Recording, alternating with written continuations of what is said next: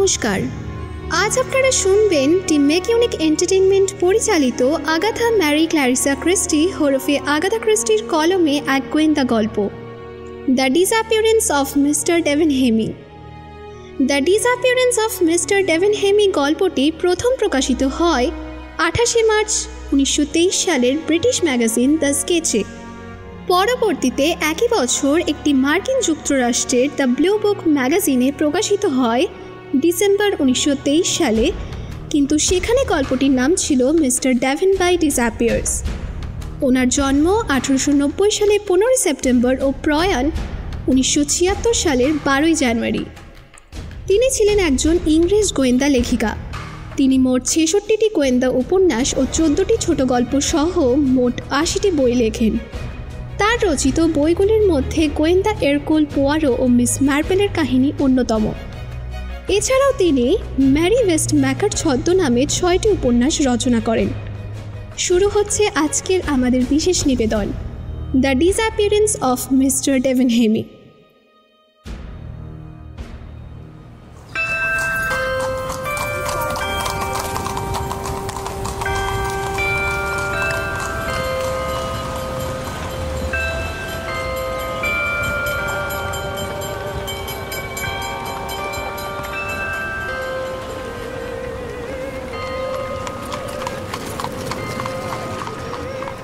Poirot আর আমি দুজনেই চায়ের টেবিলে আমাদের পুরনো বন্ধু স্কটল্যান্ড ইয়ার্ডের ইন্সপেক্টর জ্যাপকে আশা করছিলাম।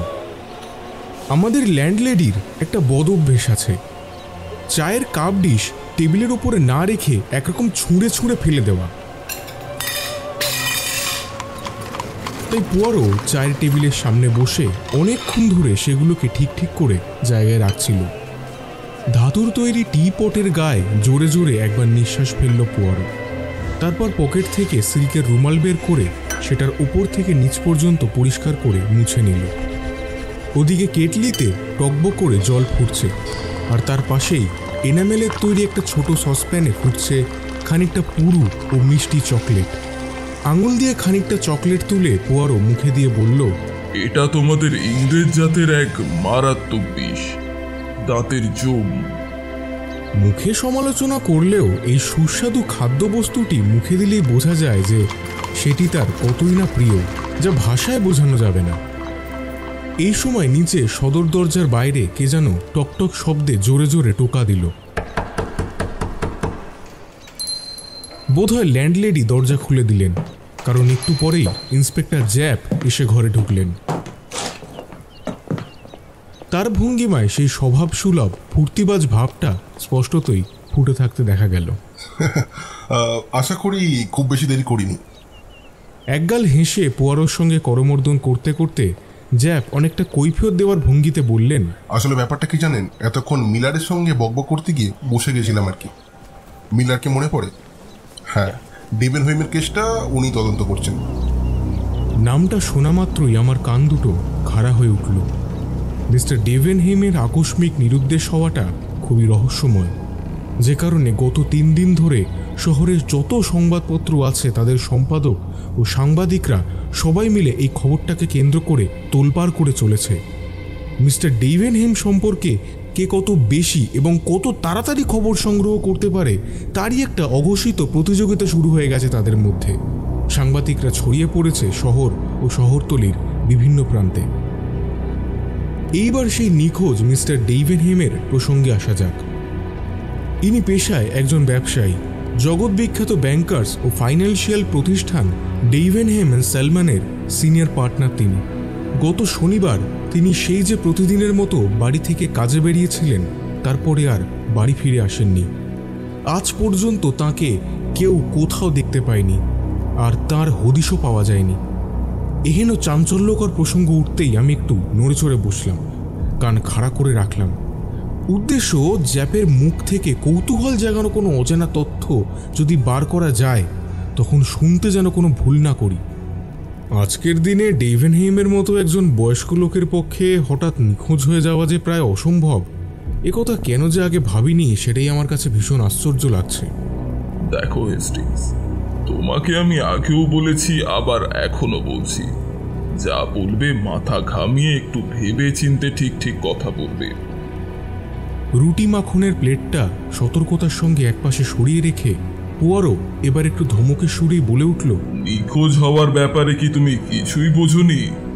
এই কেসে নিখোঁজ হওয়া বলতে তুমি কি বোঝাতে চাইছো তা একটু স্পষ্ট করে খুলে বলো তো। নিখোঁজ মানে নিখোঁজই? সূক্ষ্ম হেসে আমি পাল্টা প্রশ্ন করলাম, তা নিখোঁজ কয় প্রকার হয় শুনি? হ্যাঁ, আমার সঙ্গে ইন্সপেক্টর জ্যাপও না হেসে থাকতে পারলেন না। কে জানে আমার কথায় হাসির খোরাক থাকলেও থাকতে পারে। পরও দৃষ্টি এড়ায় না। ভুরু কুঁচকে চকিতে একবার আমাদের দুজনকে দেখে নিয়ে পরও মুখ খুলল। হ্যাঁ, এটা কোনো ঠাট্টার ব্যাপার নয়। এখানে বলে রাখি যে নিখোঁজ 3 প্রকারের হয়। প্রথম রকম নিখোঁজ হলো সেটা যেটা সাধারণত ঘটে থাকে, আর সেটা হলো কেউ যদি নিজের স্ব-ইচ্ছায় নিখোঁজ হয়। দ্বিতীয় প্রকার নিখোঁজ হলো কোনো দুর্ঘটনাজনিত ব্যাপার কিংবা অন্য কোনো কারণেই হোক, যদি কারোর স্মৃতি মস্তিষ্ক লোপ পায় সেক্ষেত্রে সে বাড়ি থেকে বেরিয়ে যায় আর ফিরে আসে না। এক কথায় বলতে গেলে নিখোঁজ হয়ে যায়। বাড়ির কথা মনে থাকলে তবে সে ফিরবে। এরকম নিখোঁজ হয়ে যাওয়া ব্যক্তিত্ব বড়ই দুর্লভ। কিন্তু কালে ভদ্রে যদি কখনো এক আধটা ঘটনা ঘটেও যায় তখন তা খাঁটি সত্য হিসাবেই মনে হয়। সবশেষে হলো তৃতীয় প্রকার নিখোঁজ, তা হলো খুন। আর সবার অজান্তেই কাকপক্ষীকে না জানিয়ে লাশকে সফলভাবে পাচার করতে পারলেই মৃত ব্যক্তি নিখোঁজ হয়ে যায়। তাই 3 প্রকার নিখোঁজ ব্যক্তির কি তোমার পক্ষে খোঁজ পাওয়া একেবারেই অসম্ভব? হ্যাঁ, অনেকটা সেরকমই তো। অন্তত আমার ধারণা এইরকম। এই ধরো, যেমন হঠাৎ কোনো কারণে স্মৃতিশক্তি হারিয়ে ফেলে তুমি আর বাড়ি ফিরে আসতে পারলে না, সাময়িকভাবে নিখোঁজ হয়ে গেলে, তবে একেবারে চিরদিনের জন্য না। একদিন না একদিন তুমি ঠিক তোমার কোনো না কোনো পরিজনের চোখে পড়ে যেতে বাধ্য, আর সে তখন তোমাকে শনাক্ত করবে, ফিরিয়ে আনবে তোমাকে তোমার বাড়িতে। বিশেষ করে ডেভেনহেমের মতো এমন একজন সবার পরিচিত ও বিখ্যাত লোকের বেলায় এরকমই ঘটবে। তার দেখা কেউ না কেউ ঠিক পাবেই। তারপর দেখো, রাতারাতি কাউকে হাওয়া করে দেওয়া যায় না। একদিন না একদিন তাদের দেখা ঠিক পাওয়া যাবেই, হয়তো দূরে কোনো অজানা জায়গায় কিংবা কোনো গুপ্ত জায়গায়। খুন করলে তা কখনোই অজানা থাকে না, কিংবা চিরকালের জন্য চাপাও দিয়ে রাখা যায় না, প্রকাশ হয়ে পড়তে বাধ্য। যেমন ধরো, অফিসের ক্যাশ ভেঙে পালানো কোনো ক্যাশিয়ার কিংবা নানান জায়গা থেকে প্রচুর টাকা ঋণ নিয়ে আত্মসাৎ করতে কেউ যদি অন্য কোথাও পালিয়ে যায়, দুটি ক্ষেত্রেই তারা কেউই খুব বেশি দিন গা ঢাকা দিয়ে থাকতে পারবে না। বেতার মারফত পুলিশ তাদের ঠিক হদিশ পেয়েই যাবে। আর ধরো, যদি তারা বিদেশে কোথাও পালিয়ে গিয়ে আশ্রয় নেয়, তাহলে সেখানকার সমস্ত রেল স্টেশন আর বিমানবন্দরের ওপরে কড়া নজর রাখা হবে। অন্যদিকে অপরাধী যদি পালিয়ে না গিয়ে তার দেশের ভিতরেই আত্মগোপন করে থাকে, সেক্ষেত্রে তার ফটোও বিভিন্ন সংবাদপত্রে ছাপানো হয়। প্রতিদিন সকাল সন্ধ্যায় যাদের সংবাদপত্র পড়ার অভ্যেস, সেই ফটো তাদের চোখে পড়বে ঠিকই, এবং সে যেখানেই লুকিয়ে থাক না কেন সেখানকার লোকজন তাকে দেখতে পেয়ে পুলিশের হাতে ঠিক তুলে দেবেই। আর এইভাবেই সব নিখোঁজ লোকেদের খোঁজ ঠিক পাওয়া যায়। তুমি কিন্তু সাধারণ লোকের মতন একই জায়গায় ভুল করছো। যেমন ধরো, যে লোকটা নির্দিষ্ট সব লোকেদের চোখের সামনে থাকে কিংবা নিজের কাছ থেকে আড়াল করে রাখতে চায়, তার কথা কিন্তু তুমি একেবারেও ভেবে দেখছো না। তুমি হয়তো তাকে খুব দুর্বল ভাবছো, হয়তো তোমার ধারণাটাই ঠিক, কিন্তু দেখবে এই লোকটাই আবার সবসময় নিয়ম এবং পদ্ধতি অনুযায়ী কাজ করে থাকে। যদি সে ক্ষমতালোভী, প্রভাবধারী কিংবা তীক্ষ্ণ বুদ্ধি সম্পন্ন হয়, তার নিজের গতিবিধির দিকে ঠিক ঠিক নজর রাখে, তাহলে সেই লোকটাই আবার পুলিশের চোখে ধরা দিতে পারে না কেন? এই কথাটাই আমার কিন্তু কিছুতেই বোধগম্য হচ্ছে না। পুলিশের চোখে ধুলো দিলেও তোমাকে অবশ্যই পারবে না। ইন্সপেক্টর জ্যাপ ঠাট্টা করে বললেন, মশিয়ে পোয়ারো, তুমি কি বলো? আমি ঠিক বলিনি?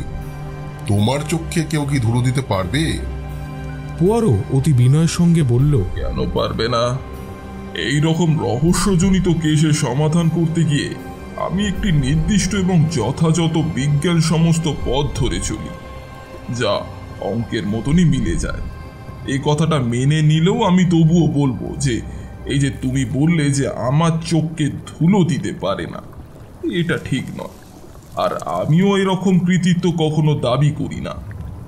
এ প্রসঙ্গে আরেকটা কথা তোমাকে আমি মনে করিয়ে দিচ্ছি, যে কোনো জটিল কেসের রহস্য সমাধান আমি করে থাকি বিজ্ঞান সমস্ত পদ্ধতিতে। কিন্তু আমি বলতেই পারি যে এই প্রজন্মের তরুণ গোয়েন্দাদের মধ্যে কজন আমার পদ্ধতি অনুসরণ করে সে বিষয়ে আমার যথেষ্ট সন্দেহ আছে। মাথা নেড়ে জ্যাব বললেন, সবার কথা বলতে পারবো না, তবে এই কেসের তদন্তের ভার যার উপর পড়েছে সেই তরুণ অফিসার মিলার খুবই চালাক চতুর ছেলে। তার তদন্তের কাজ খুবই নিখুঁত, কিন্তু যেমন পোড়া চুরুটের খসে পড়া ছাই, হাত বা পায়ের ছাপ, এমনকি পাউরুটির এক আত্রা টুকরো ওর নজরে এড়ায় না। কাজ করার সময় কোনো সূত্রকেই সে যত ক্ষুদ্রই হোক না কেন ও কখনো অবহেলা করে না। আচ্ছা যাক, এখন কাজের কথায় আসা যাক। এ পর্যন্ত যেটুকু তুমি শুনলে তা থেকে এ কেসের রহস্য সমাধানের সূত্র হিসাবে কি তুমি তা বিবেচনা করবে না? পোয়ারো জোর দিয়ে বলল, না, কোনোভাবেই না। তুমি যা বিবরণ দিলে তার উপর গুরুত্ব দিলে সেটা শুধু অযথাই হবে না, তার সঙ্গে অনাকাঙ্ক্ষিক বিপদও ডেকে আনতে পারে। এইসব বিবরণের মধ্যে অধিকাংশরই কোনো বৈশিষ্ট্য নেই, তবে দু একটা অবশ্য গুরুত্বপূর্ণ বলে মনে হচ্ছে। এখানে একটু থেমে পোয়ারো নিজের কপালে দুবার টোকা মেরে বলল, আসল ব্যাপারটা কি জানো? নির্ভুল করতে হয় এই কপালের ওপরই। সব সুতোর রহস্য লুকিয়ে আছে এর ভেতরে, এর বাইরে নয়। তার মানে পোয়ারো, তুমি তোমার এই ঘরে বসেই যে কোনো রহস্য সমাধানের দায়িত্ব নিতে পারো, এটাই কি তুমি বলতে চাও? আমার অনুমান যথাযথ বন্ধু, তবে এই কথাটাও আবার ঠিক যে তথ্য প্রমাণ সবিস্তারে আমাকে জানালে তাই এইভাবে রহস্য সমাধান করা সম্ভব। অবাক হচ্ছ? না, এতে অবাক হবার কি আছে? আমার এই ঘরটাকে ডাক্তারের চেম্বার বলেই ধরে নাও না কেন, এখানে বসেই আমি সব রহস্যের সমাধান করতে পারি। যখন ডাক্তারের মতন আমিও নিজেকে রহস্য সমাধানের এক কনসাল্টিং স্পেশালিস্ট হিসাবে মনে করি। ইন্সপেক্টর জ্যাব টেবিল চাপড়ে বলে উঠলেন, ঠিক আছে, আমি তোমার সঙ্গে একমত। আজ থেকে এক সপ্তাহের মধ্যে যদি তুমি তোমার এই চেয়ারে বসে মিস্টার ডেভেনহেইমের নিখোঁজ হওয়ার রহস্য সমাধান করতে পারো, তাহলে আমি প্রতিশ্রুতি দিচ্ছি আমি আমার পকেট থেকে নগদ 5 পাউন্ড দেব তোমাকে। তবে হ্যাঁ, ভদ্রলোক বেঁচে আছেন নাকি মারা গেছেন সে খবর অবশ্যই তোমাকে দিতে হবে। ঠিক আছে, তাই আমি তোমার চ্যালেঞ্জ গ্রহণ করলাম। খেলার ছলে বাজি ধরাটা তোমাদের ইংরেজদের বংশগত পুরনো রেওয়াজ। আর সে যাই হোক, এখন ওই নিখোঁজ ভদ্রলোক সম্পর্কে আমাকে বিস্তারিত তথ্য প্রমাণ দাও। বেশ, তাহলে বলছি শোনো। গত শনিবার রোজকার রুটিন মাফিক মিস্টার ডেভেনহেম ভিক্টোরিয়া থেকে চিংসাইরে গিয়েছিলেন দুপুর 12:40 ট্রেন ধরে। ওর শহরতলির বাড়ি তো নয়, কোনো একটা প্রাসাদ বলতে পারো। নাম দিয়েছিলেন দ্য সিরাস। দুপুরে মধ্যাহ্নভোজ সেরে অভ্যাস মতো বাগানে পায়চারি করছিলেন। মালিরা তখন তার বাগান পরিচর্যার কাজে ব্যস্ত ছিল। মাঝে মাঝে মিস্টার ডেভেনহেম ওদের কাজের খুঁত ধরে শুধরে দিচ্ছিলেন, নানা রকম নির্দেশ দিয়ে, এটা দিয়ে ওটা দিয়ে। তার প্রতিটি আচার আচরণ, কথাবার্তা অন্য সব দিনের মতোই, কিন্তু খুব স্বাভাবিকই ছিল। সন্দেহ করার মতো কিছুই ছিল না। চা পানের পর মিস্টার ডেভেনহেম কিছু সময় তার স্ত্রীর শয়নকক্ষে কাটিয়েছিলেন। তারপর তিনি স্ত্রীকে বলেন কয়েকটা জরুরি চিঠি ফেলার জন্য তিনি টাউনের দিকে একাই যাবেন। তিনি আবার এও বলেন মিস্টার লোয়েন নামে এক ভদ্রলোক ব্যবসা সংক্রান্ত কাজে তার সঙ্গে দেখা করতে আসবেন। তার স্ত্রী যেন তাকে বলেন একটা জরুরি কাজে তাকে চলে যেতে হয়েছে। বাড়ি থেকে বেরোবার আগে তিনি তার কাজের লোকেদেরও নির্দেশ দেন মিস্টার লোয়েন এলে তাকে যেন তারা তার বাড়িতে নিয়ে গিয়ে স্টাডিতে বসায় এবং একটু অপেক্ষা করতে বলেন। এরপর তিনি বাড়ির সামনের দরজা দিয়ে বেরিয়ে যান। আর সেই যে তিনি বাড়ির বাইরে পা রাখলেন, ফিরে তিনি তার পা আর রাখেননি বাড়িতে। এর থেকে ধরে নেওয়া যায় সেই মুহূর্তে মিস্টার ডেভেনহেম যেন হাওয়ায় মিলিয়ে গেলেন, কিংবা নিখোঁজ হলেন, যাই বলো না কেন। জ্যাব থামলেন। বাহ, এ তো দেখছি এক চমৎকার সমস্যা। থামলে কেন স্যার? যা যা জানো তা সবই বলে ফেলো, আমি আর ধৈর্য ধরতে পারছি না। হ্যাঁ বলছি, ইন্সপেক্টর জ্যাপ তাঁর কথার জের টেনে আবার বলতে শুরু করলেন। মিস্টার ডেভেনহেম তার বাড়ি থেকে বেরিয়ে যাওয়ার প্রায় 1.25 ঘন্টা পরে এক দীর্ঘদেহী লোক তার সঙ্গে দেখা করতে আসেন। তামাটে রং তার গায়ে, ঠোঁটের ওপর ঘন কালো গোঁফ। নিজেকে তিনি মিস্টার লোয়েন বলে পরিচয় দেন এবং এও জানান যে মিস্টার ডেভেনহেমের সঙ্গে তার দেখা করার কথা আছে। বাড়ির কাজের লোকেরা তখন তাদের মালিকের নির্দেশ মতো তাকে ডেভেনহেমের স্টাডিতে নিয়ে গিয়ে তাকে বসায় এবং একটু অপেক্ষা করতে বলে। কিন্তু ঘণ্টাখানেক অতিবাহিত হওয়ার পরেও তাকে ফিরে আসতে না দেখে অবশেষে মিস্টার লোয়েন উঠে দাঁড়ায় চলে যাওয়ার জন্য এবং শহরে ফেরার ট্রেন ধরতে হবে বলে তিনি একটু ব্যস্ত হয়েই বিদায় নিয়ে চলে যান। এদিকে স্বামী সময় মতো বাড়ি না ফেরার জন্য, মিস্টার লোয়েনের সঙ্গে দেখা না করার জন্য মিসেস ডেভেনহেম নিজের থেকেই দুঃখ প্রকাশ করেছিলেন। দুপুর গড়িয়ে বিকেল গড়িয়ে সন্ধ্যা এবং সন্ধ্যার পর রাত নামল, কিন্তু সে রাতে মিস্টার ডেভেনহেম আর বাড়িতে ফিরলেন না। রাত পেরোনো মাত্র রবিবার সকালে পুলিশে খবর দেওয়া হয়। পুলিশ আশেপাশে অনেক অনুসন্ধান চালায়, কিন্তু তার হদিশ পায়নি। ভদ্রলোক যেন কর্পূরের মতো হাওয়ায় মিলিয়ে গেলেন। তদন্ত করতে গিয়ে পুলিশ জানতে পারে বাড়ি চলে গেলেও মিস্টার ডেভেনহেমকে আগের দিন দুপুরে কিংবা বিকালে শহরতলির পথ ধরে কেউ হেঁটে যেতে দেখেনি। আর পোস্ট অফিসে খবর নিয়েও জানা গেছে তিনি চিঠি ফেলতে সেখানেও যাননি, তিনি গাড়িও নিয়ে যাননি, আর তার গাড়িটা বাড়ির গ্যারাজেই রাখা ছিল। এমনকি স্থানীয় রেল স্টেশনেও কেউ তাকে যেতে দেখেনি। পোয়ারো, তুমি হয়তো বলবে কোনো নির্জন জায়গায় তাকে তুলে নেবার জন্য মিস্টার ডেভেনহেম গাড়ি ভাড়া করেছিলেন, কিন্তু সেটাও তো সম্ভব নয়, কারণ তিনি নিখোঁজ হওয়ার পর সংবাদপত্র মারফত পুরস্কার ঘোষণা করা হয়েছে। গাড়ির চালক যদি সত্যি সত্যি মিস্টার ডেভেনহেমকে তার গাড়িতে চড়িয়ে নিয়ে যেত, তাহলে সেই পুরস্কারের লোভ সামলাতে না পেরে পরে নিশ্চয়ই তাকে পুলিশ স্টেশনে দিয়ে যেত, কিন্তু এক্ষেত্রে তা ঘটল কই? আবার দেখো, মিস্টার ডেভেনহেমের বাড়ি থেকে প্রায় 5 মাইল দূরে এনফিল্ডে একটা ছোটখাটো রেস কোর্স আছে। সেখানে যা প্রচণ্ড ভিড় হয়, তিনি যদি সেখানে গিয়েও থাকেন তাহলে কারোর পক্ষে তাকে সেখান থেকে দেখতে না পাওয়াটাই স্বাভাবিক হতো। তবে তিনি যদি রেস কোর্সে ঢুকে থাকেন বাজি ধরার জন্য, তাহলে কারো না কারো সঙ্গে দেখা হয়ে যেতেই পারে। এক্ষেত্রেও এ পর্যন্ত সংবাদপত্রে ওর এত বেশি ছবি বেরিয়ে গেছে যে তা দেখে রেস কোর্সে সেদিন যারা হাজির ছিল তাদের কেউ না কেউ তো নিশ্চয়ই পুলিশের সঙ্গে যোগাযোগ করত। এ দুটি সোর্স ছাড়াও ইংল্যান্ডের বিভিন্ন জায়গা থেকে শয়ে শয়ে চিঠি এসেছে, কিন্তু কোনোটি তেমন আশাপ্রদ ছিল না। পরের দিন সোমবার আরও একটি ঘটনার মুখোমুখি হতে হলো আমাদের।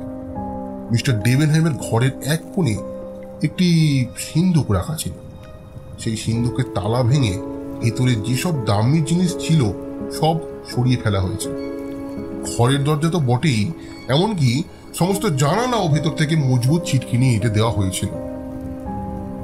অতএব এটা যে কোনো সিধেল চোরের কাজ নয়, তা বেশ বোঝা যাচ্ছে, বুঝলে তো?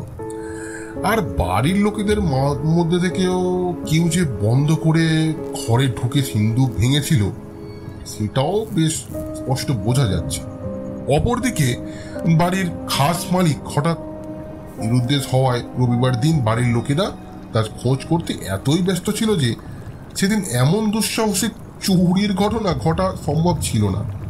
ঘটলে অবশ্যই কারো না কারোর নজরে ঠিক পড়তো, কারণ বাড়িতে তখন তো সবাই উপস্থিত ছিল। ভাই, যদি অনুমান করে নেওয়া যায় সিন্দুক ভাঙার ঘটনাটা ঘটেছে শনিবার রাতে, যা সোমবারের আগে পর্যন্ত বাড়ির কারোর নজর পড়েনি, মনে হয় সেটা অবাস্তব কিছু হবে না। আচ্ছা, শনিবার বিকালে না হয় মসিয়ে লোয়েন তার সঙ্গে দেখা করতে এসেছিলেন, কিন্তু তার দেখা না পেয়ে অনেকক্ষণ অপেক্ষা করার পর অবশেষে তিনি ফিরে যান, তাই তো? হ্যাঁ, ঠিক তাই। তাহলে তো সন্দেহের তালিকায় তার নামই সর্বপ্রথমে হওয়া উচিত। ইন্সপেক্টর জ্যাপ সাই দিয়ে বললেন, হ্যাঁ, সেরকমই তো দাঁড়াচ্ছে। তাই যদি হয় তাহলে তোমরা কি তাকে গ্রেপ্তার করেছো? ইন্সপেক্টর জ্যাপ জোর দিয়ে বললেন, না, তবে তার গতিবিধির ওপর পুলিশ কিন্তু কড়া নজর রাখছে। খুব ভালো কথা। পোয়ারো এবার জানতে চাইল, তার সিন্দুক থেকে কি কি জিনিস চুরি গেছে তা কি কিছু জানতে পেরেছো? এ ব্যাপারে মিসেস ডেভেনহেম আর তার স্বামীর প্রতিষ্ঠানের জুনিয়র পার্টনারদের সঙ্গে আমি আলোচনা চালাচ্ছি। তবে ইতিমধ্যে যেটুকু জানতে পেরেছি তা হলো চুরি যাওয়ার তালিকায় রয়েছে প্রচুর পরিমাণে বেয়ারার বন্ড, বেশ কিছু নগদ অর্থ আর কিছু দামি জড়োয়ার গহনা।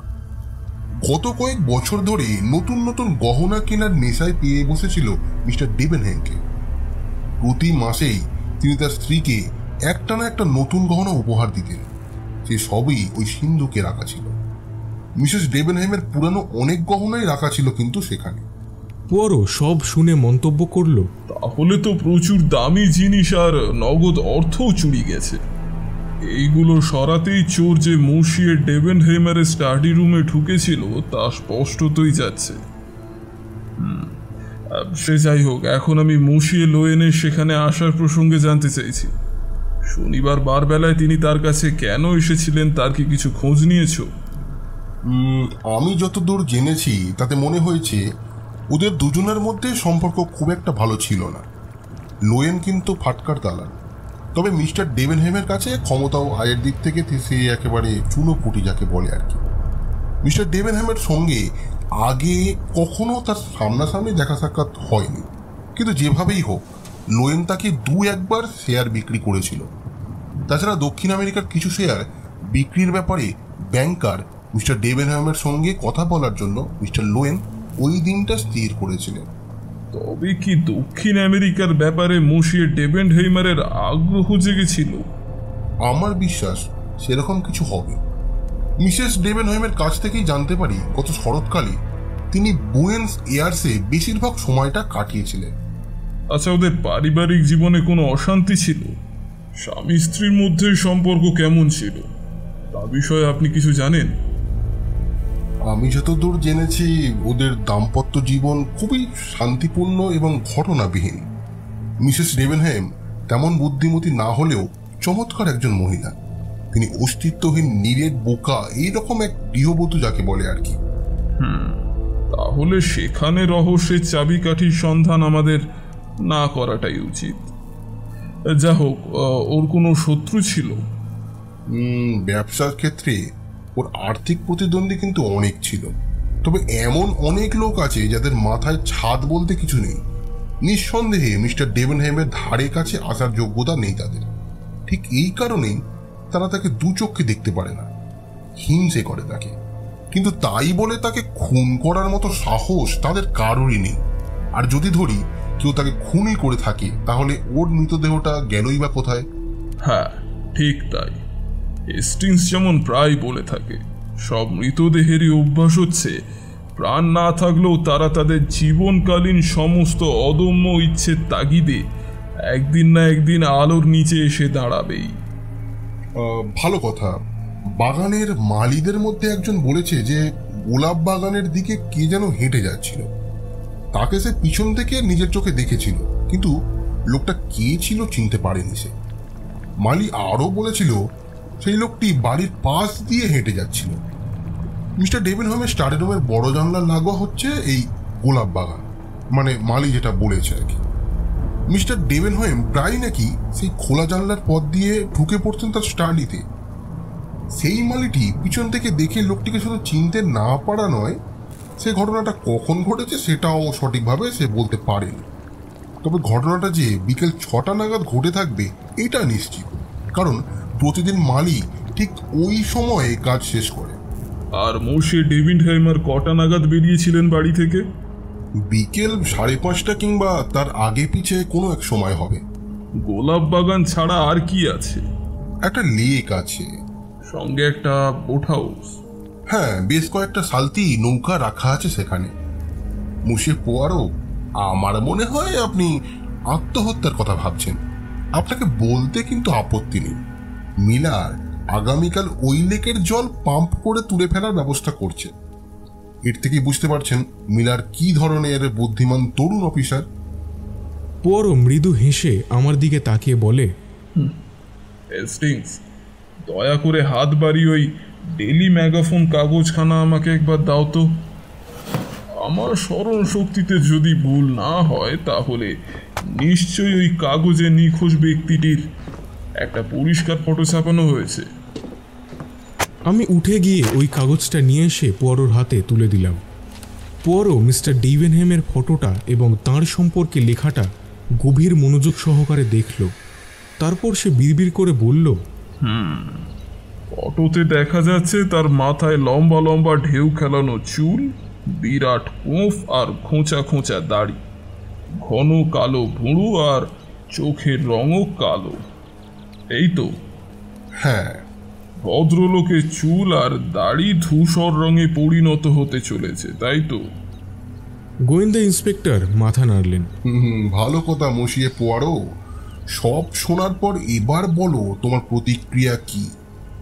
এ রহস্য দিনের আলোর মতোই পরিষ্কার, তাই না?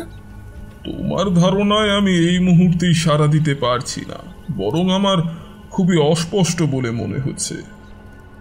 পোয়ারোর এমন ইতিবাচক উত্তর শুনে স্কটল্যান্ড ইয়ার্ডের মানুষটিকে বেশ খুশি বলেই মনে হলো। আর রহস্যটা জটিল বলেই আশা করি আমার পক্ষে সমাধান করতে সহজ হবে। রহস্য জটিল না হলে আবার সমাধানের মেজাজটা আমি ঠিক পাই না। তুমি কি বলছো মশিয়ে?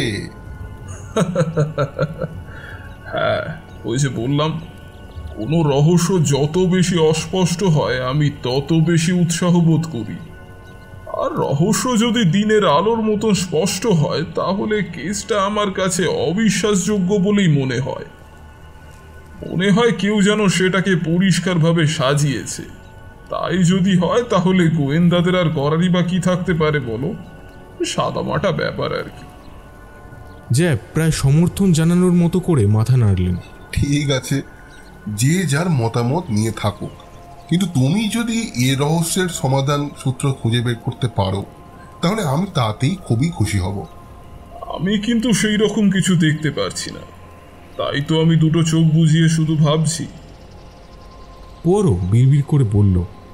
তারপর জ্যাব দীর্ঘশ্বাস ফেলে বললেন, হ্যাঁ ঠিক আছে, তুমি পরিষ্কার একটা সপ্তাহ সময় পাচ্ছ, কিন্তু যত খুশি পারো ভালো করে ভাবো, ভেবে তোমার মতামত জানিও আমাকে।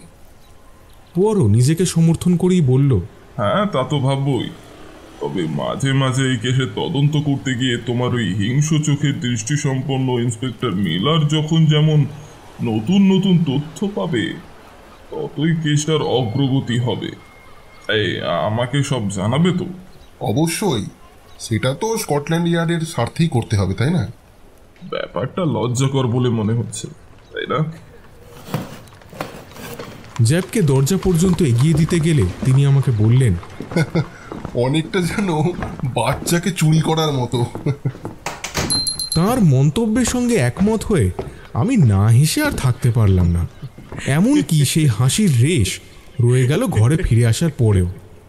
আমি ঘরে ঢোকার সঙ্গে সঙ্গে পোয়ারো বলে উঠল, শোনো বন্ধু, তুমি তোমার পাপা পোয়ারোর সঙ্গে মজা করেছো, তাই না? পোয়ারো আমার দিকে আঙুলটা উঁচিয়ে বলল, তুমি তার ধূসর রঙের কেসগুলো নিয়ে বিশ্বাস করছো না। আর একটা কথা, বিভ্রান্ত হয়েও না। এসো, এই ছোট ছোট সমস্যাগুলো নিয়ে একটু আলোচনা করা যাক। হ্যাঁ, আমি স্বীকার করছি যে এখনো পর্যন্ত সেটা অসম্পূর্ণই থেকে গেছে, তবে ইতিমধ্যেই আমরা দু একটা সূত্রের সন্ধান পেয়েছি যা এই কেসটার ক্ষেত্রে আগ্রহকে যথেষ্টই জাগিয়ে দেয়। লেকের কথা বলছো? এই বলে আমি অর্থপূর্ণ দৃষ্টিতে তাকালাম পোয়ারোর দিকে। লোকের থেকেও আরো বেশি গুরুত্বপূর্ণ হলো বোট হাউস। আমি বোকার মতো পোয়ারোর দিকে তাকালাম।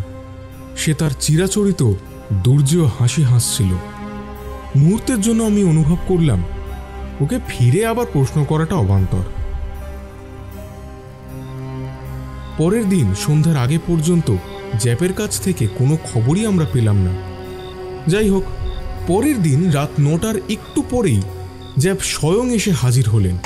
সঙ্গে সঙ্গে ওর মুখের হাবভাব দেখেই বুঝতে পারলাম আমাদের শোনাবার জন্য তিনি নতুন কিছু খবর সংগ্রহ করে এনেছেন। এসো আমার প্রিয় বন্ধু, সব ঠিকঠাক চলছে তো? তবে তুমি জানো বলো না যে তোমার ওই লেকেই মিস্টার ডেভেনহেইমের মৃতদেহ পাওয়া গেছে, কারণ আমি তোমার সে কথা বিশ্বাস কিছুতেই করব না। না, আমরা তার মৃতদেহের সন্ধান করতে না পারলেও ওর কিছু পোশাক আমরা খুঁজে পেয়েছি। সেগুলো যে ওরই পোশাক তা চিহ্নিত করা গেছে। বলো, এ ব্যাপারে তোমার কি বক্তব্য? মিস্টার ডেভেনহেইমারের অন্য কোনো পোশাক তার বাড়ি থেকে খোয়া যায়নি তো? না, এ ব্যাপারে ওর ভ্যালেট পুরোপুরি নিশ্চিত। ওর ওয়ার্ড্রোবে বাকি পোশাকগুলো সবই কিন্তু ঠিক ঠিক জায়গাতেই আছে। তোমার জন্য আরও একটা খবর আছে। মিস্টার লোয়েনকে আমরা কিন্তু গ্রেপ্তার করেছি। তার এই গ্রেপ্তারের সমর্থনে একটা নির্দিষ্ট প্রমাণও আছে। ডেভেনহেইমের একজন পরিচারিকার কাজ হলো ওর স্টাডির সমস্ত জানালাগুলো ভালো করে চিটকিনি লাগানো। আর সেই পরিচারিকাটাই বলেছে ঘটনার দিন 6:15 নাগাদ লোয়েনকে সে বাগানের দিক থেকে তার সেই স্টাডির দিকে এগিয়ে আসতে দেখেছিল, অর্থাৎ সে বাড়ি থেকে চলে যাওয়ার 10 মিনিট আগে। তবে এই সম্পর্কে লোয়েনের নিজের বক্তব্য কি শুনেছ?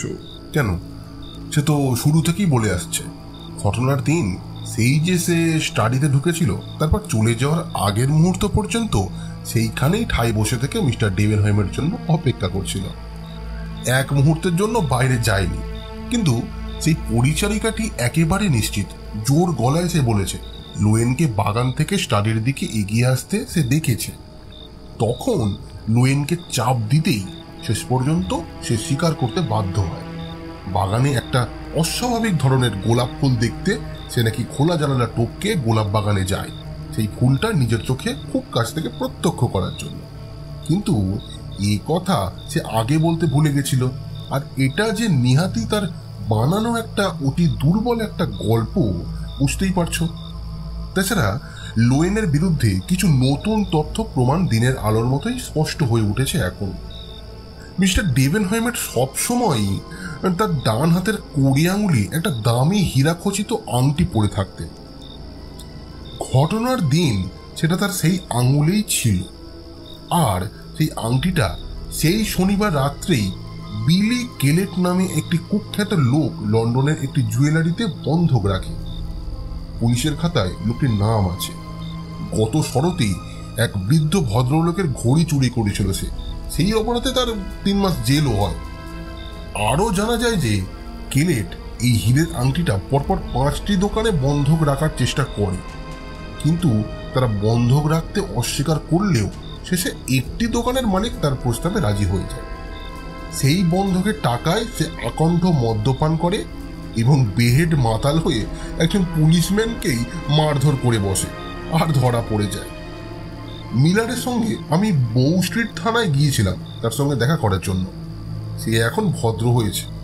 পুলিশম্যানকে মারধর করার জন্য তার বিরুদ্ধে মামলা রুজু হতে চলেছে কথাটা তাকে শোনাতেই সে একেবারে ভেঙে পড়ে এবং মুখটা খোলে। পুলিশ হাজতে বসে তার সেই অকপট স্বীকারোক্তির বিবরণ হলো কিছুটা এই রকম।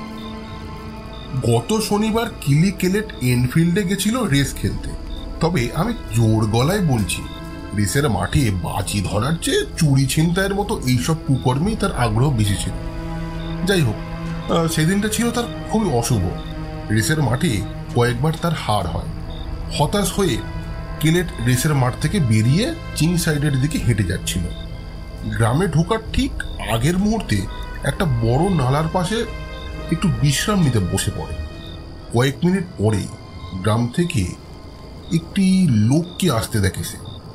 গাঢ় তামাটে রঙের ভদ্রলোক তিনি, ঠোঁটের নিচে ইয়া বড় গোঁফ। এই হলো লোকটি সম্পর্কে তার বিবরণ। পাথরের স্তূপের পাশে কেলেট নিজেকে প্রায় অর্ধেক আড়াল করে রেখেছিল। লোকটা তার পাশ কাটিয়ে যাওয়ার পরে পরেই থমকে দাঁড়িয়ে পড়ে। রাস্তার এদিক ওদিক তাকিয়ে একবার দেখেন চারদিক শুনশান। তখন তিনি তার পকেট থেকে ছোট্ট একটা ধাতব বস্তু বার করে সামনে ঝোপঝাড়ের দিকে ছুঁড়ে ফেলে দেন। তারপর তিনি স্টেশনের দিকে চলে যান। এখন সেই ঝোপঝাড়ে ফেলা ছোট্ট বস্তুটি পড়তেই পাথরে লেগে ঠুম করে আওয়াজ হয়। স্বভাবতই কেলেটের মনে কেমন যেন একটা কৌতূহল জেগে ওঠে। সে তখন উঠে গিয়ে ঝোপঝাড় হাতড়ে অনেক খোঁজাখুঁজির পর অবশেষে সেই আংটিটার সন্ধান পায়। এই হলো কেলেটের গল্প। কিন্তু স্কটল্যান্ড ইয়ার্ড তার সেই গল্প একেবারেই সত্যি বলে মেনে নিতে পারেনি, কারণ তার মতো চোর ছ্যাঁচরদের কোনো কথাই বিশ্বাসযোগ্য বলে মনে হতে পারেই না। তাই এর থেকে ধরে নেওয়া যায় যে কেলেট সেদিন নির্জন অন্ধকার রাস্তায় মিস্টার ডেভেনহ্যামকে একা পেয়ে তার কাছ থেকে দামি আংটিটা ছিনতাই করে এবং তাকে হত্যা করে। এই পর্যন্ত বলে থামলেন জ্যাপ।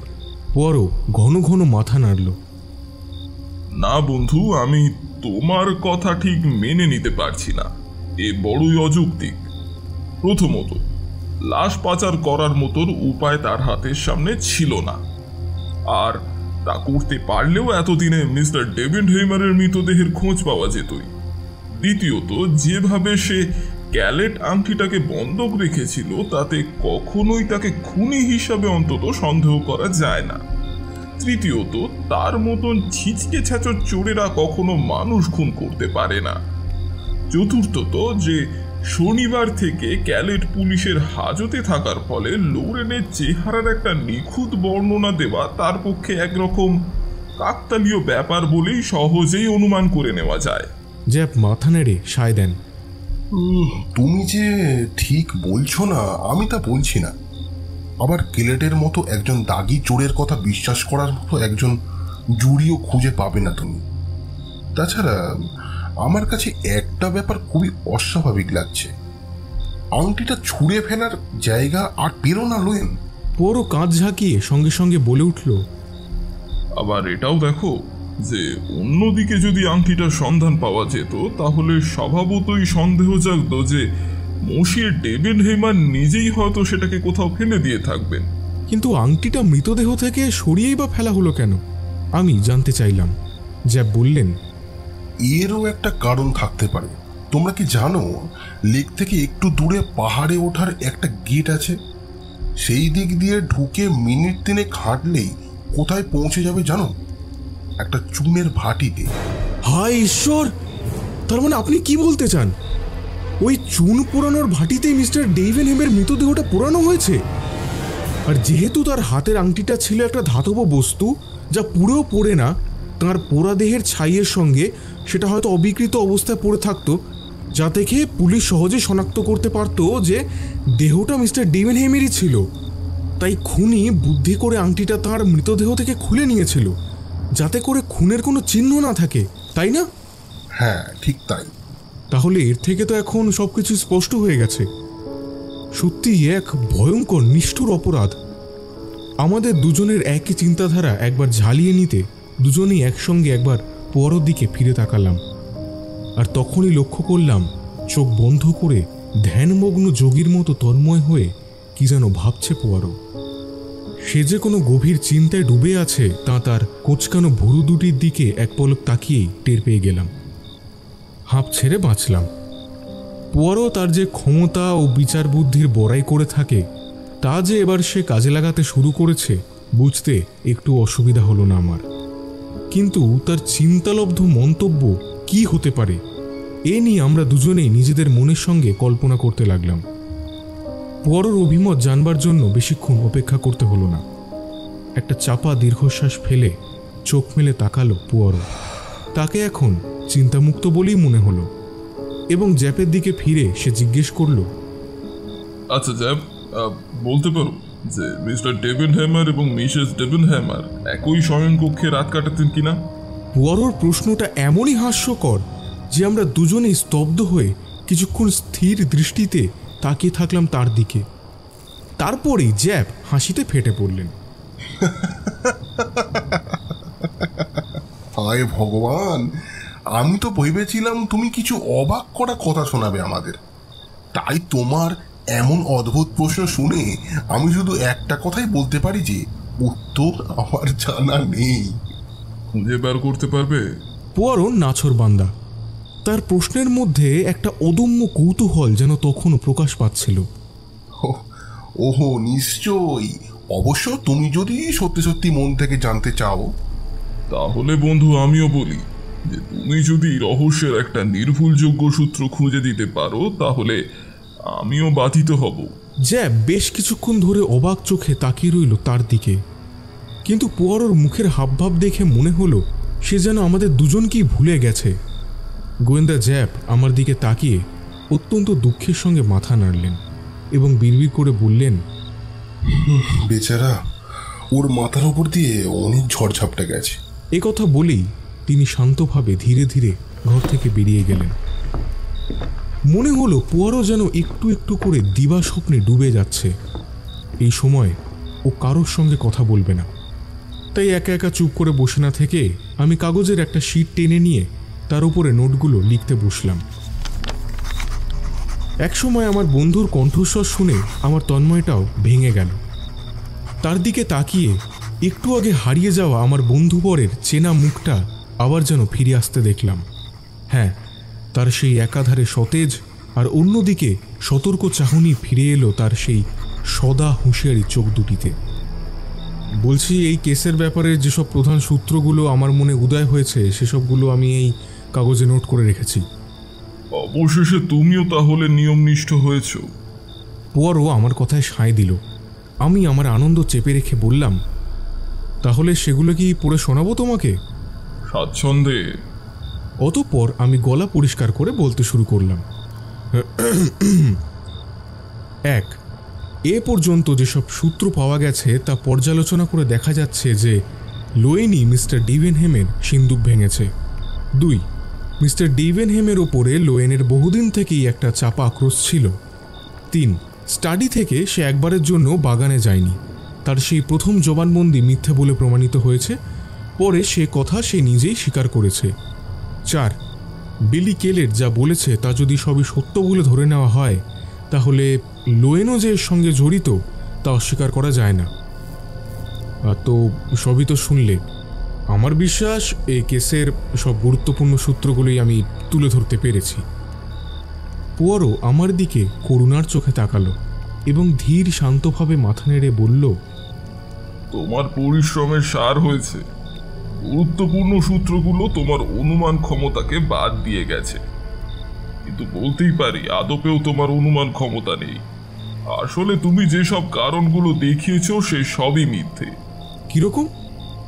ঠিক আছে, তোমার দেওয়া 4টি সূত্রের এক এক করে ধরে বিচার করে দেখা যাক যে সেগুলো কতখানি সত্য নাকি সবই মিথ্যা।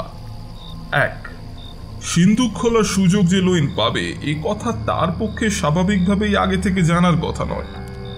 তাছাড়াও তিনি ব্যবসার কাজে আগে থেকে অ্যাপয়েন্টমেন্ট মতন মিস্টার ডেভেনহেইমারের সঙ্গে দেখা করতে এসেছিলেন, কিন্তু তিনি যে একটা চিঠি ডাকে ফেলতে যাবেন বলে সেই সময় বাড়িতে থাকবেন না, আর এর ফলে লোয়েনকে যে একা একা তার স্টাডি রুমে বসে সময় কাটাতে হবে তা আগে থেকে তার জানা ছিল না।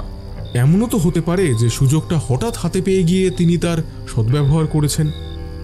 বেশ, তোমার কথাই মেনে নিলাম, তবুও কিন্তু একটা কিন্তু রয়ে যায়। যেমন সিন্দুক ভাঙার যন্ত্রপাতি। কবে কখন সিন্দুক ভাঙার সুযোগ আসবে এ কথা ভেবে শহুরে বাবুরা সঙ্গে করে যন্ত্রপাতি নিয়ে ঘুরে বেড়ায় না। আর পেন্সিল কাটা ছুরি কিংবা দাড়ি কামানোর ব্লেড দিয়ে কাউকে কখনো সিন্দুক ভাঙতে বা কাটতে দেখেছো? হ্যাঁ, এ কথা তো বাচ্চারাও জানে। ঠিক আছে, আমার দ্বিতীয় সূত্রটার ব্যাপারে তোমার কি মন্তব্য শুনি? হ্যাঁ, সে প্রসঙ্গেই আসছি। তুমি বলছো মিস্টার ডেভেনহেইমারের উপর লোয়েনের বহুদিনের আক্রোশ ছিল। কথাটা ঠিক নয়। যাই হোক, এই ব্যাপারে তোমার এই সূত্র মেনে নিলে এই দাঁড়ায় যে উনি আগেও 2-1বার শেয়ার কেনা বেচা করেন, ব্যবসাদার ব্যাংকার মিস্টার ডেভেনহেইমারের বেশ কিছু টাকা নষ্ট করেছিলেন, কিন্তু তাতে লোয়েনের কোনো ক্ষতি হয়নি, বরং দালাল বাবদ বেশ মোটা টাকারই রোজগার করেছিলেন তিনি। তাহলে মিস্টার ডেভেনহেইমারের উপর আক্রোশ হতে যাবে কেন?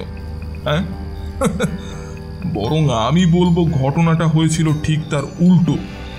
আক্রোশের কথাই যদি বলতে হয় তাহলে বলবো লোয়েনের ওপর মিস্টার ডেভেনহেইমারের আক্রোশের কথা, কারণ লোয়েনের ভুল পরামর্শ মতনই বাজে শেয়ারে লগ্নি করে তার অনেক টাকারই লোকসান হয়েছিল।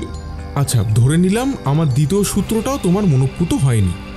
আমি মৃদু প্রতিবাদ করে বলে উঠলাম, কিন্তু আমার তৃতীয় সূত্রটা, যেমন স্টাডি থেকে লোয়েন একবারের জন্য গোলাপ বাগানে না যাওয়ার জন্য যে মিথ্যে জবানবন্দি দেওয়ার ব্যাপারটা, সেটা তুমি অস্বীকার করতে পারো না? অবশ্যই অস্বীকার করবো না, কিন্তু এও তো হতে পারে যে লোয়েন খুবই ভয় পেয়ে থাকবে। মনে রেখো, নিখোঁজ ব্যক্তির পোশাক কিন্তু আজই লেকের কাছ থেকে উদ্ধার হয়েছে। অবশ্য এটাও সত্য যে লোয়েন সত্যি কথা বললেই ভালো করত। আর চতুর্থ সূত্র সম্পর্কে কি বলবে?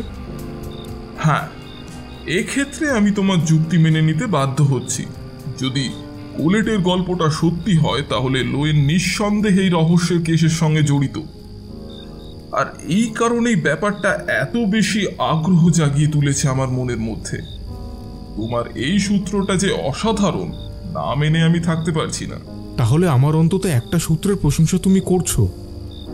সম্ভবত, কিন্তু দুটো গুরুত্বপূর্ণ সূত্র তোমার দৃষ্টি এড়িয়ে গেছে, আর এই দুটো সূত্রের ওপরই গোটা রহস্যের ব্যাপারটা প্রতিষ্ঠিত। তা ভনিতা না করে সেই দুটি সূত্র কি তা বলেই ফেলো না। প্রথম সূত্র, মিস্টার কেন আবেগের বশে গত কয়েক বছর ধরে গহনা কিনে যাচ্ছিলেন। দ্বিতীয় সূত্র, গত শরৎকালে ওনার বোয়েন ওয়েটসে যাওয়া। পুয়ারো, তুমি আমার সঙ্গে ঠাট্টা করছো না তো? না, অত্যন্ত গুরুত্ব সহকারে এই কথাটা বলছি। এখন আমি আশা করি যে জ্যাবকে যেই কাজের ভার দিয়েছি সেটা তিনি ভুলে থাকবেন না। কিন্তু ইন্সপেক্টর জ্যাব যে তাঁর দায়িত্বের কথা সত্যি সত্যিই মনে রেখেছিলেন তার প্রমাণ পাওয়া গেল পরের দিন সকাল 11টা নাগাদ ডাকে তাঁর একটা বেতার বার্তা এসে পৌঁছেছে। পুয়ারোর অনুরোধে বেতার বার্তাটি খুলে আমি পড়তে শুরু করলাম। গত শীতকাল থেকেই স্বামী ও স্ত্রী আলাদা শোবার ব্যবস্থা করেছিলেন। হ্যাঁ, এর মানে কি পুয়ারো? শুনে উল্লসিত হয়ে পুয়ারো বলে উঠল, আর এখন আমরা জুনের মাঝামাঝি এসে পৌঁছেছি। যাক, তাহলে সব রহস্যেরই সমাধান হয়ে গেল। আমি অবাক চোখে তাকালাম পুয়ারোর দিকে। পুয়ারো আমার অবাক ভাবটা কাটিয়ে তোলার জন্য জিজ্ঞেস করল, হেস্টিংস, ডেভেনহাইমার এন্ড সামন ব্যাংকে তোমার কোনো টাকা কড়ি নেই তো? না। কিন্তু এ কথা জিজ্ঞেস করছো কেন? কারণ আমার উপদেশ হলো, রাখা থাকলে কাল বিলম্ব না করে চটজলদি সব টাকা তুলে ফেলো সেখান থেকে। কেন? তুমি এর পরিণতি কি হতে পারে বলে ভাবছো? আমার আশঙ্কা কয়েকদিনের মধ্যে ওই ব্যাংকে লাল বাতি জ্বলতে যাচ্ছে। এই রকম একটা আশঙ্কা আমার মধ্যে জাগিয়ে তুলেছে ইন্সপেক্টর জ্যাপের ওই তার বার্তাটা। তার জন্য সর্বাঙ্গে ওনাকে ধন্যবাদ জানানো উচিত। হেস্টিংস, একটা পেন্সিল আর একটা ওই তার বার্তার ফর্ম নিয়ে এসে বসো তো। প্রথমে তাকে ধন্যবাদ জানাও, তারপরে লেখো যে মিস্টার ডেভেনহাইমারের ব্যাংকে তোমার যদি টাকা কড়ি কিছু গচ্ছিত থাকে তাহলে এখনই সেটা তুলে ফেলার উপদেশ দিচ্ছি। আমি এখানে বসে বুঝতে পারছি বেশ যে এই তার বার্তা পেলে জ্যাব যে উত্তেজনায় ছটপট করে উঠবে সে আমার কল্পনায় যেন স্পষ্টভাবেই দেখা যাচ্ছে। আগামীকাল সকাল কিংবা তার পরের কিছুদিন পর্যন্ত আমার এই বন্ধুসুলভ উপদেশের অর্থ খুঁজে বার করতে পারবেন বলে তো আমার মনে হয় না। পুয়ারো নির্দেশিত তার বার্তাটি ইন্সপেক্টর জ্যাপের কাছে পাঠিয়ে দিলাম। পুয়ারোর আশঙ্কা সত্য হবে কিনা জানি না, কারণ আমি তার মতো অত আশাবাদী নই। কিন্তু তার ভবিষ্যৎবাণী যে একেবারে নির্ভুল এবং সত্য তা হাতে হাতে প্রমাণ পাওয়া গেল পরের দিন 7 সকালে। স্থানীয় সবকটি সংবাদপত্রের প্রথম পৃষ্ঠায় বড় বড় হরফে মিস্টার ডেভেনহেমের ব্যাংকের ফেল করার কথা ছেপে বেরোতে দেখা গেল। বিখ্যাত ফাইন্যান্সারের আকস্মিক নিরুদ্দেশ হওয়ার খবরটায় ছোট বড় সব আমানতকারীদের মধ্যে ত্রাসের সঞ্চার হতে দেখা গেল। তারা তখন জেনে গেছে তাদের লগ্নি করা টাকা ফেরত দেওয়ার মতো আর্থিক সচ্ছলতা নেই ওই ব্যাংকের। ওই ব্যাংক তাদের রাতারাতি পথে বসিয়ে দিয়েছে।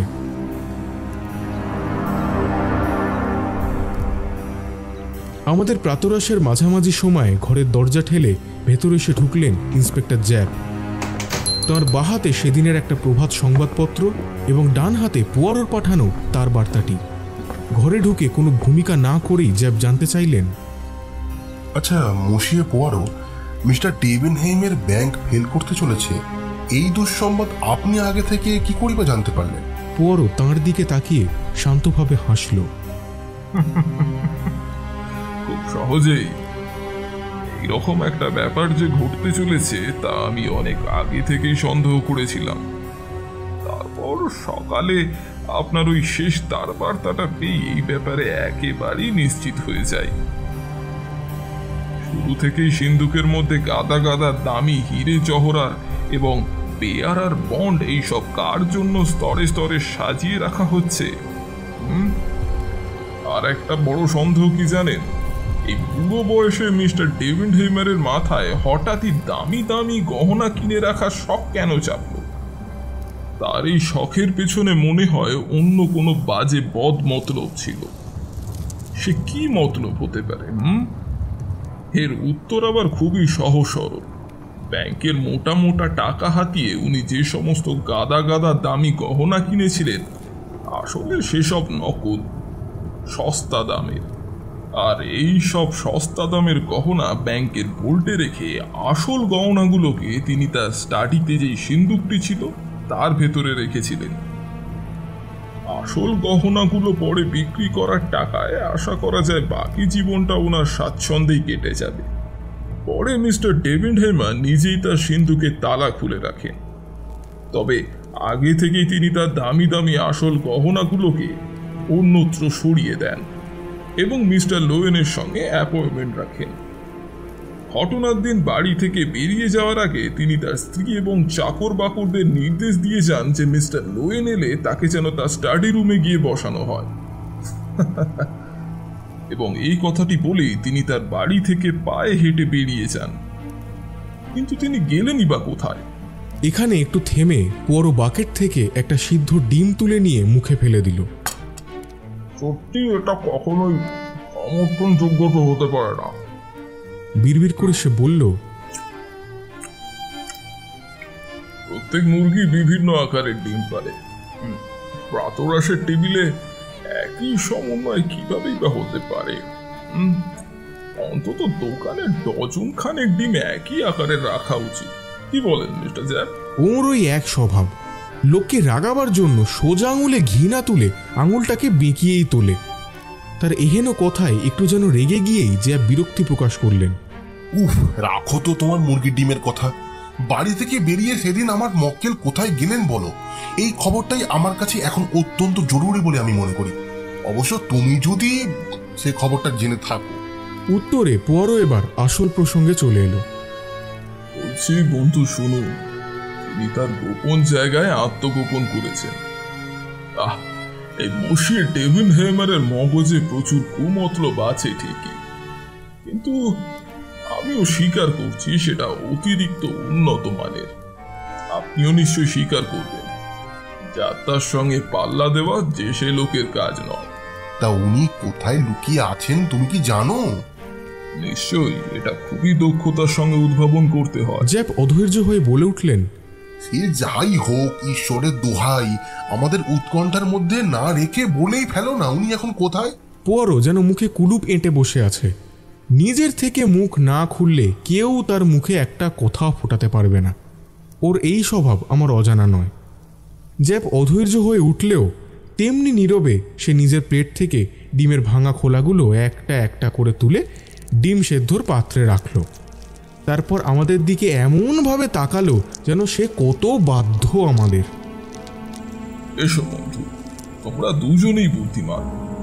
আমি নিজেকে যেই প্রশ্নটা করেছিলাম তোমরা নিজেরাও নিজেদেরকে সেটাই করো। আমি যদি মিস্টার ডেভিনহেইমার হতাম তাহলে কোথায় লুকাতাম? হেস্টিংস, তোমার বক্তব্যটাই শুনি। আমি লন্ডনেই থেকে যেতাম। পাতাল রেল আর বাসের মধ্যে অসংখ্য মানুষের ভিড়ে মিশে যেতে পারি, যাতে করে আমার পরিচিত জনদের চোখে না পড়ি। একা থাকার চেয়ে ভিড়ের মধ্যে থাকা অনেক বেশি নিরাপদ। পুয়ারো এবার সপ্রশ্ন চোখে জ্যাপের দিকে তাকালো। আমি ক্যাপ্টেন হেস্টিংসের সঙ্গে একমত নই। আমি এই অবস্থায় পড়লে সঙ্গে সঙ্গে অন্যত্র পালিয়ে যেতাম। কেবল এটাই বাঁচার একমাত্র সুযোগ। আর এ ব্যাপারে প্রস্তুতি নেওয়ার জন্য তো যথেষ্ট সময় আমার হাতে ছিল। জলে আমার ইয়ট সবসময় ভাসানো থাকে। হই হট্টগোল শুরু হওয়ার আগেই আমি ওই ইয়টে চড়ে দূরে, অনেক দূরে পাড়ি দিয়ে দিতাম। এবার আমরা দুজনেই পুয়ারোর দিকে তাকালাম। তা মসিয়ে, এবার তুমি কি বলবে বলো? মুহূর্তের জন্য নীরব রইল সে। তারপরই তার ঠোঁটে সেই অদ্ভুত রহস্যময় হাসিটা ফুটে উঠতে দেখা গেল। শোনো আমার প্রিয় বন্ধুরা, যদি আমাকে পুলিশের নজর এড়ানোর জন্য লোকাতেই হতো তাহলে আমি কোথায় গিয়ে লোকাতাম জানো? জেলে গিয়ে লোকাতাম। কি বললে তুমি? দুজনেই প্রায় একসঙ্গে বলে উঠলাম। মিস্টার ডেভেনহ্যামারকে তুমি জেলে পড়ার জন্য হন্য হয়ে তাকে খুঁজে বেড়াচ্ছ, কিন্তু তিনি ইতিমধ্যেই সেখানে গিয়ে নিরাপদে আশ্রয় নিয়েছেন কিনা তা তুমি ভাবতেও পারছো না। কি বলতে চাও তুমি? জ্যাপ, তোমার মনে আছে একদিন তুমি আমাকে বলেছিলে যে ম্যাডাম ডেভেনহেইমার মোটেও বুদ্ধিমতী মহিলা নন, অথচ তোমার ভাষাতেই ওই বুদ্ধিহীন মহিলাকে তুমি যদি একবার থানায় নিয়ে যাও আর তাকে বেলের গ্যালিটনের সামনে দাঁড় করিয়ে দাও, তাহলে দেখবে তিনি ঠিক তার স্বামীকে চিনতে পারবেন। মিস্টার ডেভেনহেইমার দাড়ি গোঁফ ভুরু সব কামিয়ে ফেলেছেন, এমনকি তার মাথার চুলকেও তিনি ছোট ছোট করে ছেঁটে ফেলেছেন, সম্পূর্ণভাবে নিজের ভুলটাকে পাল্টানোর জন্য। কিন্তু এর সত্ত্বেও গিন্নির চোখকে তিনি ফাঁকি দিতে পারবেন না, ধরা ঠিক পড়েই যাবেন। তবে পৃথিবীর বাকি সবাই প্রতারিত হবে। তা তুমি কি বিলি কেনেডের কথা বলছো? কিন্তু সে তো পুলিশের কাছে যথেষ্ট পরিচিত। কেন, আমি তোমাদের বলিনি যে ডেভেনহ্যামার একজন অত্যন্ত চতুর লোক? অনেক আগেই তিনি তার অ্যালিবাই তৈরি করে রেখে গেছিলেন। গত শরতে তিনি মোটেও ডুয়েন্ডিয়ার্সে যাননি। তিনি তখন নিজেকে বিলি ক্যালেটের ভূমিকায় অবতীর্ণ করার চেষ্টা করছিলেন। টানা 3 মাস ধরে বিলি ক্যালেটের ভূমিকায় জেল খেটে সেই চেষ্টাই তিনি চালিয়ে যান, যাতে সময় এলে পুলিশ যেভাবেই হোক তাকে চিনতে পারে কিংবা সন্দেহ করতে পারে। মনে রেখো, উনি টাকার পাহাড় গড়ে তোলার জন্য সর্বনাশে খেলায় মেতে উঠেছিলেন। সেই সঙ্গে তিনি নিজের কাছ থেকেও মুক্তি চাইছিলেন ওই মিস্টার ডেভেনহ্যামারের জীবন থেকে। পরবর্তী জীবন তিনি বিলি ক্যালেটের চরিত্রেই কাটাতে চাইছিলেন। তাই কি? হ্যাঁ বন্ধু, প্রথম 3 মাসের জন্য জেল খেটে বেরোনোর পর তাকে একটা মহা মুশকিলে পড়তে হলো। মিস্টার ডেভেনহ্যামার দাড়ি গোঁফ কেটে ছোট ছোট চুল কেটে পুলিশের চোখকে ফাঁকি দেওয়ার জন্য ভুল পাল্টিয়ে বিলি ক্যালেটের ভূমিকা তো নিয়েছিলেন, কিন্তু জেল থেকে বাইরে এসে কি করে তিনি আবার আগের জীবনে ফিরে আসবেন? অর্থাৎ নতুন করে গোঁফদাড়ি গজাতেও তো বেশ কিছু মাস সময় লাগবে, কিন্তু অতদিন পর্যন্ত তো অপেক্ষা করা সম্ভব নয়। তাই নকল দাড়ি গোঁফ এবং পরচুল পড়তে হলো, কিন্তু তাতেও একটা নতুন সমস্যা দেখা দিল। এইসব মুখে মাথায় চাপানোটা খুব একটা সহজ ব্যাপার নয়। তাছাড়া তার স্ত্রী এতে সন্দেহ করতে পারে। তাই এর মুশকিল আসান করতে মিস্টার ডেভেনহ্যামার রাতে স্ত্রীর সঙ্গে না শুয়ে আলাদা ঘরে শোয়া শুরু করেন। তুমি নিজেও খবর নিয়ে জানতে পারবে, ওয়েন স্ট্রিট থেকে ফেরত আসার পর গত 6 মাস ধরে স্বামী স্ত্রী আলাদা আলাদা ঘরেই রাত কাটাচ্ছে। এই খবরটা জানতে পেরে আমি নিশ্চিত হয়ে যাই যে আমি ঠিক পথেই এগোচ্ছি। বাগানের এক মালি তার জবানবন্দিতে বলেছিল যে সে নাকি তার মনিবকে বাগানের ভেতর দিয়ে তার স্টাডি রুমে যেতে দেখেছিল। এখন বুঝেছি যে লোকটা কিছুই ভুল দেখেনি। মিস্টার ডেভেনহ্যামার বাড়ি থেকে বেরিয়ে গিয়ে নিজের বোট হাউসে যান, পোশাক বদল করেন এবং সেখানেই তিনি বিলি ক্যালেটের মতন চোচ্ছাচ্চরের পোশাক পরে নিজের দামি পোশাকগুলোকে লেকের জলে ফেলে দেন। পরে সেইগুলোই লেকের জলে ভেসে উঠতে দেখা যায়। তারপর তিনি তার পরিকল্পনা মাফিক তার হীরের আংটিটা জহুরির কাছে বন্ধক রাখেন এবং তারপর একজন পুলিশম্যানের ওপর হামলা চালান। এর ফলে পুলিশ তাকে গ্রেপ্তার করে বউ স্ট্রিট থানায় নিয়ে যায়, যেখানে তিনি নিরাপদেই বন্দী আছেন।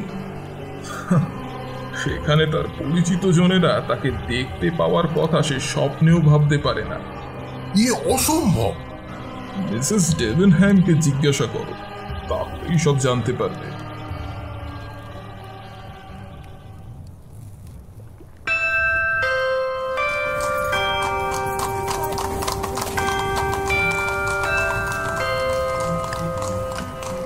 পরের দিন একটা রেজিস্টার চিঠির খাম পরোর প্লেটের পাশেই পড়ে থাকতে দেখা গেল।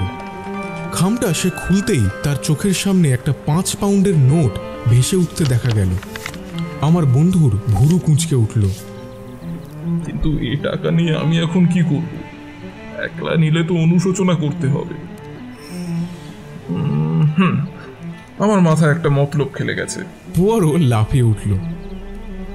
আমরা 3 জনে এই টাকায় আজকে রাত্রে নৈশ বসাতে পারি। এতে আমি কিছুটা সান্ত্বনাই পাবো। সত্যি এটা খুবই সহজ। এখন কথাটা ভেবে আমার নিজেরই কেমন লজ্জা হচ্ছে। তবুও বলবো যে একবার স্কটল্যান্ডই একটা দেখো। আমি যেভাবে রহস্য সমাধান করি তাতে বাচ্চা চুরির সঙ্গে কখনোই তুলনা করা যায় না। ওহো, তুমি হাসছো কেন হেস্টিংস? তুমি এমন কি দেখলে বা কি শুনলে যাতে তোমার মধ্যে এমন হাসির বন্যা বয়ে গেল?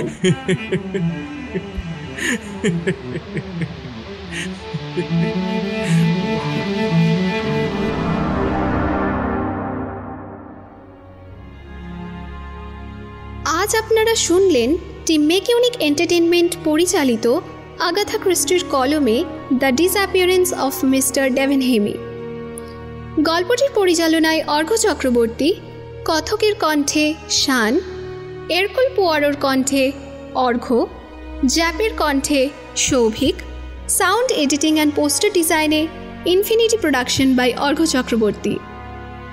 এই গল্পটা মানে আমাদের প্রেজেন্টেশনটা যদি আপনাদের ভালো লেগে থাকে তাহলে লাইক বাটনটা প্রেস করে সেই ভালো লাগাটা প্রকাশ করুন।